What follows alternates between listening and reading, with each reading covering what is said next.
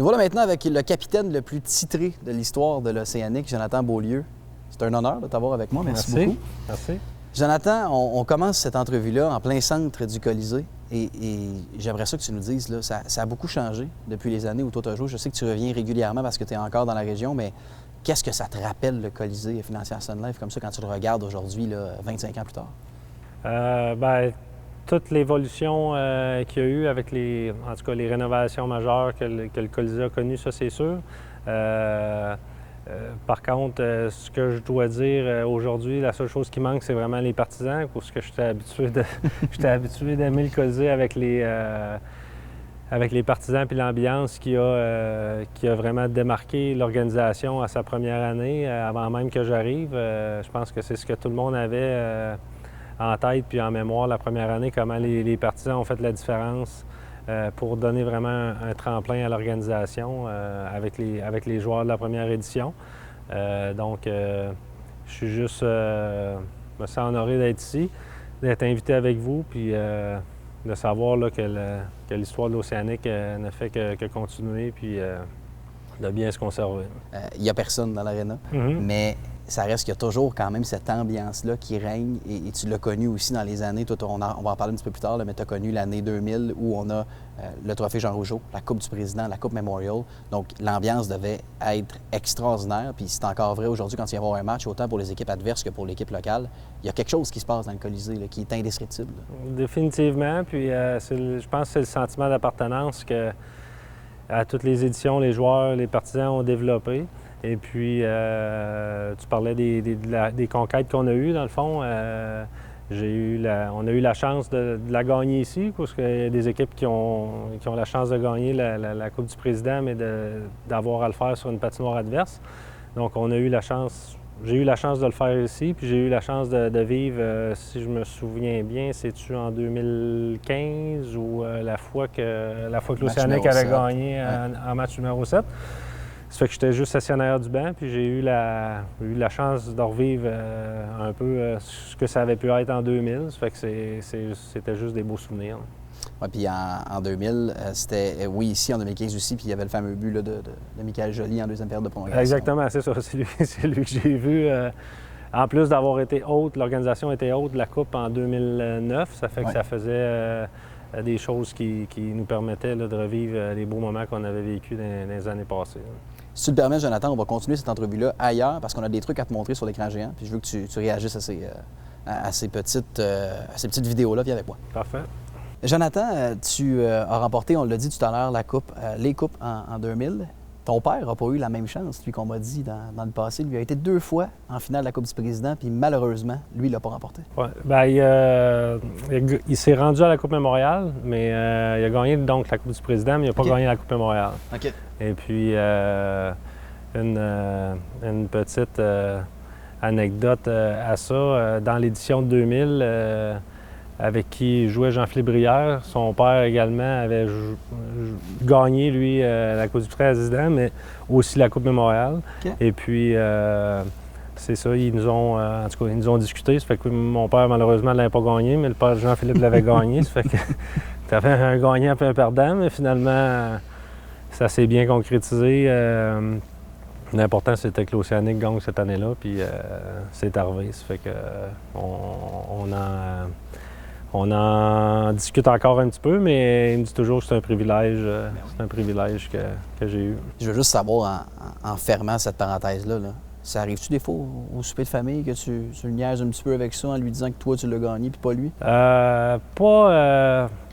Pas nécessairement trop souvent. Par contre, la seule chose qu'il m'avait dit, il dit ça va vraiment te suivre toute ta vie. Ouais.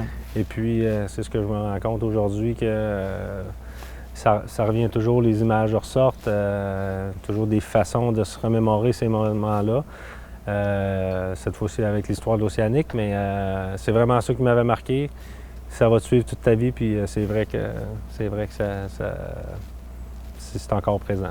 Parce que tu as la chance, si on peut le dire comme ça, que encore une fois, tu travailles, toi, dans la région où tu as joué au hockey. Donc, c'est sûr que, est-ce qu'il y a des clients, par exemple, de ton travail qui vont t'arrêter et te dire « Hey, Jonathan Beaulieu, je me rappelle de toi, je te voyais justement quand tu jouais au hockey. » Bien, je te dirais que le lien entre les partisans et les joueurs, c'est c'est vraiment formé à la base.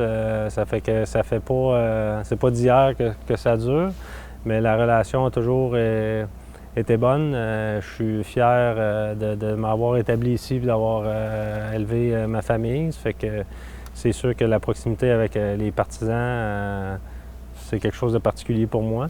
Et puis, ils sont encore aujourd'hui. Ils n'étaient pas juste ceux qui me parlent de hockey et qui se souviennent de moi. La plupart aussi, sont encore ici aujourd'hui. Ça fait que c'est juste le fun que ça continue. Tu as décidément marqué l'histoire de l'organisation. Est-ce que tu réalises encore une fois aujourd'hui tout ce qui s'est passé? Est-ce que c'est facile pour toi de voir ces moments-là encore dans ta tête puis de te dire j'ai fait partie d'une édition qui restera à jamais dans le petit livre d'histoire de l'Océanique? Dans le grand livre et dans le petit livre des équipes qui ont remporté 3 coupes. Là. Mais c'est ça qui arrive aujourd'hui, dans le fond, à cause qu'il y a toujours soit un anniversaire ou une occasion de se rappeler ces moments-là. Sinon, à la base, on n'était que des joueurs, on faisait partie d'une équipe. Oui, c'était une équipe spéciale. Mais à la base, jamais je pensais que ça allait avoir un aussi gros impact à long terme. Et puis, tant mieux si ça dure. Puis, on en profite quand on a l'occasion d'en profiter.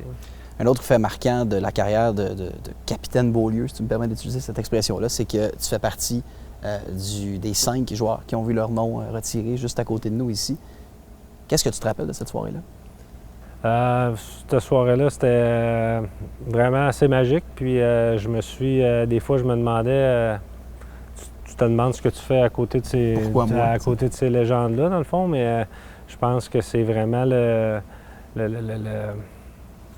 concept de l'équipe. En étant capitaine, j'étais un petit peu l'image de cette édition-là. Et puis, il y avait le sentiment d'appartenance. Là, à ce moment-là, j'étais le joueur qui avait joué le plus de matchs. Fait que c'est vraiment le sentiment de proximité, je pense, puis l'impact à long terme que j'ai peut-être eu sur l'organisation qui me permet d'avoir cet honneur-là en compagnie des autres. Et puis, pour moi, c'est un souvenir, mais c'est sûr que des fois,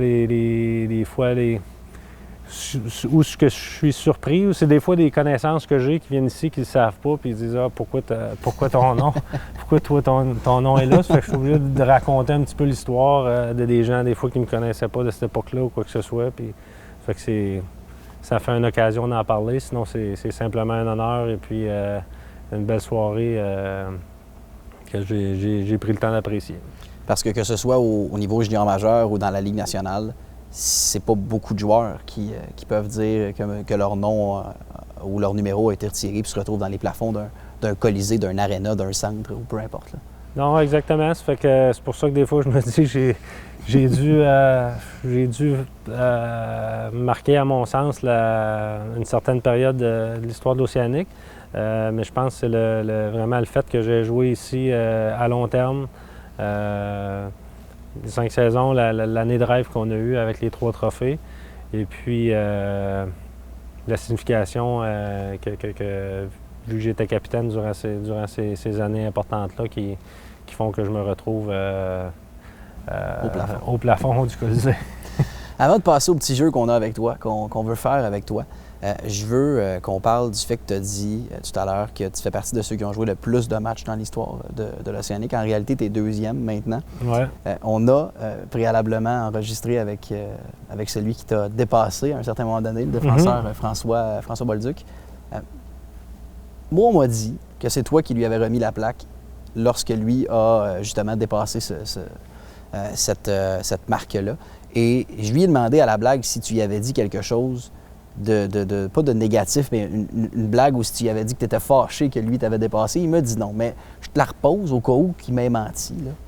Qu'est-ce que tu lui as dit quand tu lui as remis la plaque? Sincèrement, il n'y a personne qui va regarder ça. Là. Bien, j'ai pas mot à mot ce que j'ai dit, mais c'est sûr que je l'ai félicité pour ces belles années, à cause qu'il était vraiment un petit peu la même, je pense qu'il représentait la même image que j'ai représentée pour l'Océanique, une personne qui s'est dévouée à la cause de l'équipe, une personne qui était là longtemps.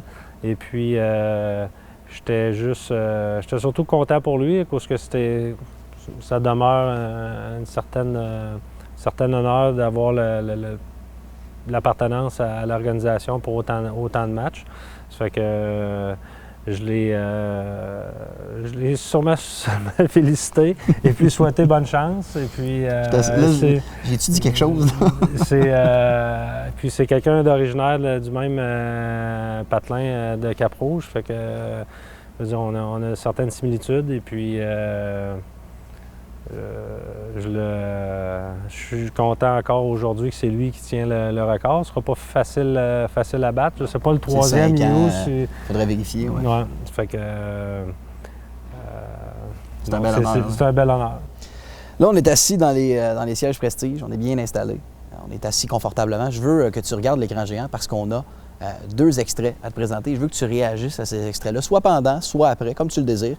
Mais je veux aussi que tu te remettes dans le petit Jonathan Beaulieu de 20 ans qui vit ces moments-là. 10 secondes à faire.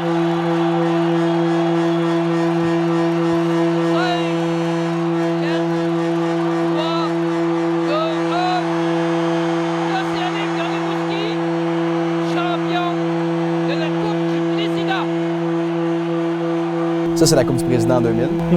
Tu en parlais tout à l'heure, tu as eu la chance avec tes coéquipiers de la remporter ici même au Colisée dans une ambiance extraordinaire. C'est dans ma mémoire, je suis à fait de mes jours. Hein.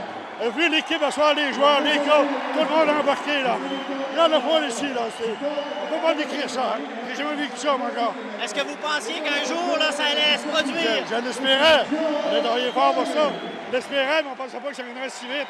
Là, on est réellement fiers. La population de Rimouski, merci.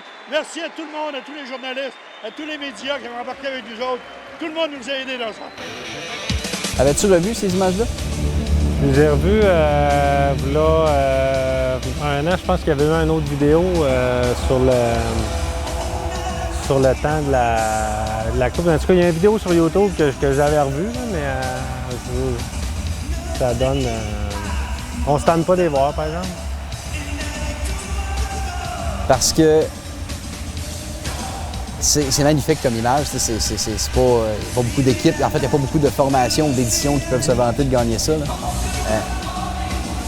Est-ce que tu te rappelles ce que tu pensais au moment où tu levais la coupe dans tes bras, au bout de tes bras comme ça? C'est vraiment le sentiment un peu du devoir accompli, puis de voir... en tout cas, en tant que joueur, j'ai toujours... tu te concentres sur le moment présent, mais c'est de voir la fierté des gens autour, puis tous les gens qui ont travaillé pour l'organisation, puis juste de voir M. Tanguay exprimer sa fierté envers l'organisation, puis envers la ville, puis tout ça, mais ça te donne un sentiment d'accomplissement encore plus incroyable que juste pour soi-même, dans le fond. Mais c'est sûr que de prendre le trophée, puis de le lever, puis de le remettre à ses coéquipiers, c'est quelque chose de spécial. Là, il y a une histoire nébuleuse qu'on nous a racontée. Je t'en ai parlé avant qu'on enregistre. Là, je veux qu'on règle ça, ce dossier-là. Là. Qu'est-ce qui s'est dit? Qui a dit quoi lorsque tu as reçu la coupe Jean Rougeau, le trophée Jean Rougeau entre les mains? Il semblerait que tu aies dit, et tu peux me corriger, mais que tu as dit à M. Courteau, qui est le commissaire et qui était le commissaire aussi à l'époque du junior majeur, qu'il t'en donnerait un autre prochainement. Bien, comme souvenir personnel, dans le fond, autant quand c'était ma première année capitaine, dans le fond, et puis autant pour le trophée Jean Rougeau que la Coupe du Président, où tu attends sa ligne bleue avec les autres joueurs, mais tu réalises pas que c'est soit ton nom qui va être appelé ou que c'est toi qui vas avoir le privilège, entre guillemets, d'y aller. Puis c'est sûr que en se rappelant la mémoire ou en jasant tantôt, c'est sûr qu'on s'était dit que on se reverrait bientôt, puis ça ne serait pas le dernier trophée, dans le fond. Ça fait que on a eu la chance de se revoir à Rimouski, puis de célébrer ça avec la Coupe du Président, ce qui était un moment vraiment spécial. Tu nous as parlé, juste avant qu'on voit la deuxième vidéo, de M. Tanguay.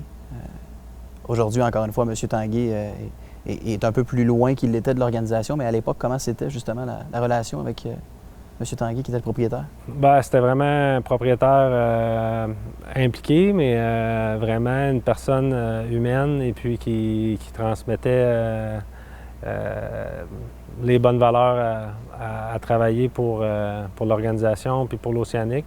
Puis il était vraiment comme présent, mais de la bonne façon. Il était là pour nous, il s'assurait que ça allait bien et puis qu'on performe pour les bonnes raisons et pour les partisans. Il y avait une énorme fierté ou un sentiment d'appartenance. Je pense qu'il ne faut pas se le cacher. Il sentait que les partisans nous en donnaient beaucoup, donc il s'attendait qu'on en redonne aux partisans. Et puis, oui, il y avait le résultat, mais il y avait la façon de jouer. Et puis, c'était vraiment ça qui nous démarquait, je pense. La façon qu'on était fiers de jouer pour l'Océanique, puis la façon qu'on travaillait sur la patinoire de la bonne façon. Donc, c'était une façon de réinventer l'expression. C'est pas comment, c'est combien. Là, c'est pas juste combien, c'est aussi comment. Exactement. C'était plus important que n'importe quoi. Dans le fond, c'était la façon de gagner et puis la façon de perdre en même temps. Et puis, au fil du temps, ça l'a amené... oui, je le dis souvent, le sentiment d'appartenance, mais ça l'a amené une tradition. Et puis, les joueurs, ça n'a pas été long que les joueurs voulaient venir jouer à Rimouski. C'était pas juste une équipe un petit peu éloignée des grands centres, c'était une organisation qui se distinguait. Et puis, c'était vraiment le Grand Manitou, donc tout le monde fonctionnait de la même façon, remet dans le même sens, et puis ça a donné les résultats que ça a donné tout au long de l'histoire de l'Océanique, encore même aujourd'hui, dans le fond. Son empreinte est encore ici. Son empreinte est encore ici, définitivement. Regardons maintenant la deuxième séquence. Celle-là, il faut que tu nous remettes dans le bain de cette situation-là et que tu nous comptes aussi comment ça s'est passé, puis comment tu vois le jeu aussi. On va te faire jouer à ça aussi. Et là, dans le coin, c'est Martin qui rejoint Beaulieu dans le tir et le but! Marqué par Jonathan Beaulieu!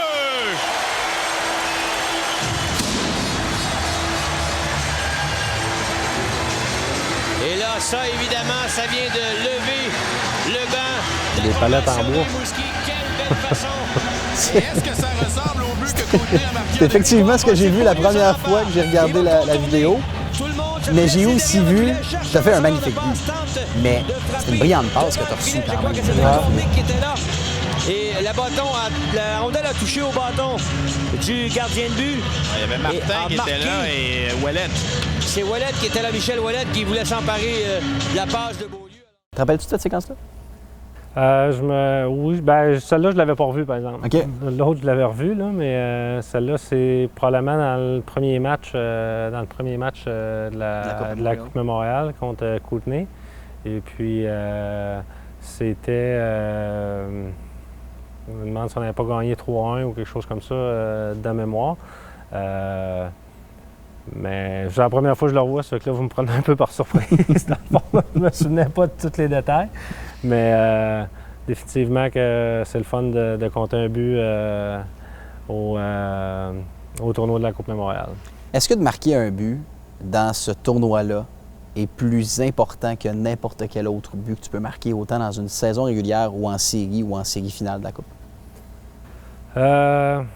Définitivement que tu n'as pas vraiment de lendemain, dans le fond. Ça fait que le but a encore plus d'impact qu'en saison régulière ou des choses comme ça. Ça fait que la réponse est définitivement oui.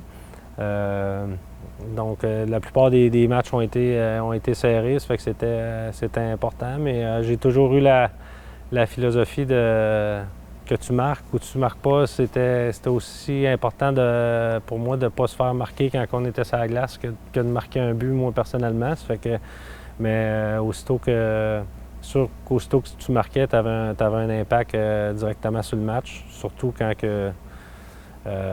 arrives dans un tournoi aussi compétitif que ça ne pardonne pas.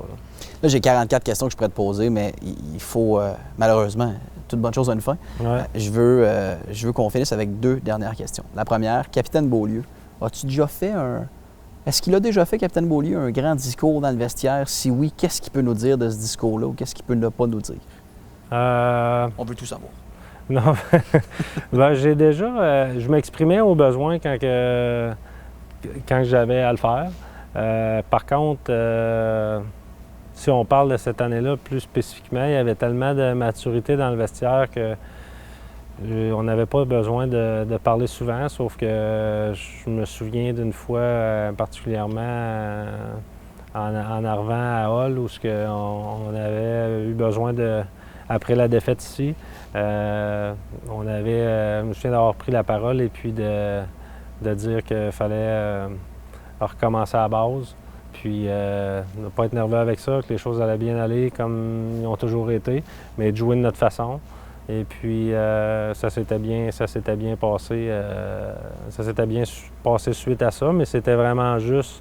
En tout cas, mon rôle était simplement, comme capitaine, de des fois juste tempérer les choses à cause que les gars savaient qu'est-ce qu'il y avait à faire. Et puis, j'avais pas à dire à quelqu'un « fais ci, fais ça ». C'était juste de se ramener à la base, puis d'être prêt pour le match. Puis se souvenir qu'un match, ça dure 60 minutes. C'est là que ça se passait. Fait que tu n'as jamais remis Brad Richards à sa place? Non, pas vraiment.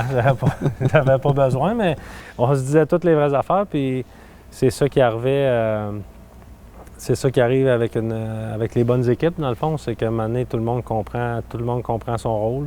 Et puis, moi, j'avais pas besoin de le remettre à sa place, mais lui non plus, il jouait très bien son rôle de leader puis d'image de l'équipe.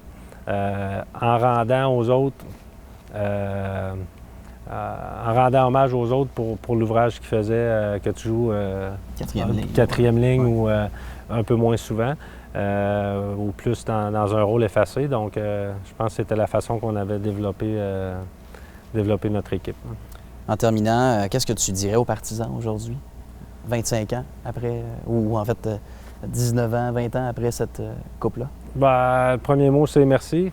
Et puis, sûrement, félicitations pour la façon que vous vous démarquez et puis que vous supportez l'organisation encore aujourd'hui.